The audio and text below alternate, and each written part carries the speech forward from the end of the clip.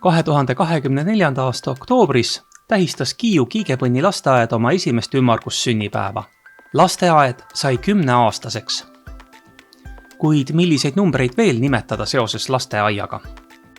Meie lasteaias töötab kokku 29 inimest ja nendest päris algusest saati on olnud, loendasin just kokku seoses juubeliüritusega 8 inimest, mina seal sees siis. Meil on Kiigepõnni lasteaias 6 rühma.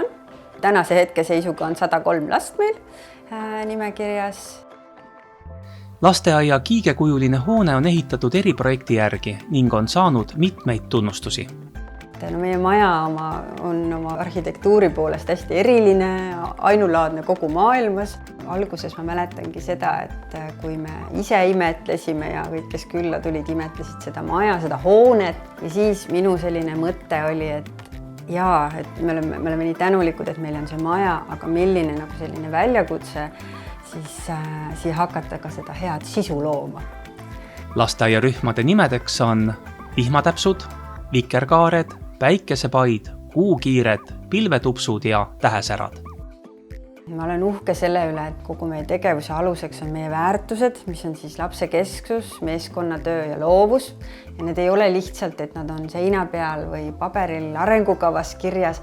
Nad tõesti saadavad meid igal päeval, et kas või täna, et see pidu, mis siin oli, siis see pidu oligi ju lapsekeskne, sest lapsed said seal osaleda, mängida, oma ideid välja käia, lapsekeskuse väärtus säras seal. Et selle üle oleme uhke, et meie väärtused elavad meiega igal päeval ja toetavad meie tegevust. Kiigepõnnile oli sünnipäeval külla tulnud laste soovil Pipi koos härra Nilssoniga. Üheskoos mängiti lõbusaid laulu- ja tantsumänge. Me oleme juba hakanud kuidagi täiesti niimoodi loomulikult aina rohkem küsima lastelt arvamust ja nende mõtteid. Näiteks hästi lihtne asi, kui õppeaasta alguses mõtleme, et mis sündmuseid me see aasta planeerime. Küsisime eelmine aasta lastelt, mida teie tahate. Tulidki sealt matk ja jõulupidu ühine ja siis me oleme neid soove siis järginud, et mitte, et me ise kogu aeg mõtleme, vaid et küsime lastelt. Ja suurem eesmärk sellel see, et ikkagi, et lapsed saaksid ka saaksid selle kogemuse, et nad saavad ka oma arvamust öelda ja nad julgeksid seda teha ja olla siis ka osa sellest lasteaia arendamisest siis, et rühmasiseselt õpetajad hästi palju küsivad laste arvamusi ja lähtuvad nende ideedest, et tegevuste planeerimisel siis, aga et ka siis üldisemas plaanis, et las lapsed aitavad seda lasteaeda kujundada. Mina otsin ja sina otsin ja iga üks otsin oma. Mina leidsin ja sina leidsin, kes hooletu jääb ilma.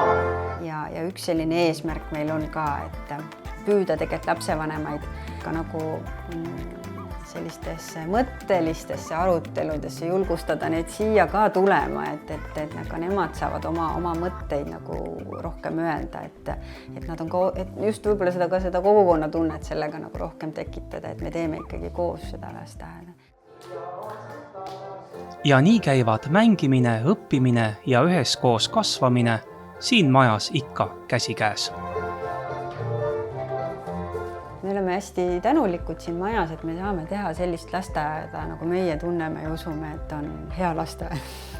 Et meid on siin, meid niimoodi usaldatakse, see on suurepärane tunne. Et meie eesmärk on, et see väike Kiigepõnn, kes siia tuleb, et temast kasvaks enesekindel, elurõõmus, ennast väärtustav, teisi väärtustav, rõõmus laps.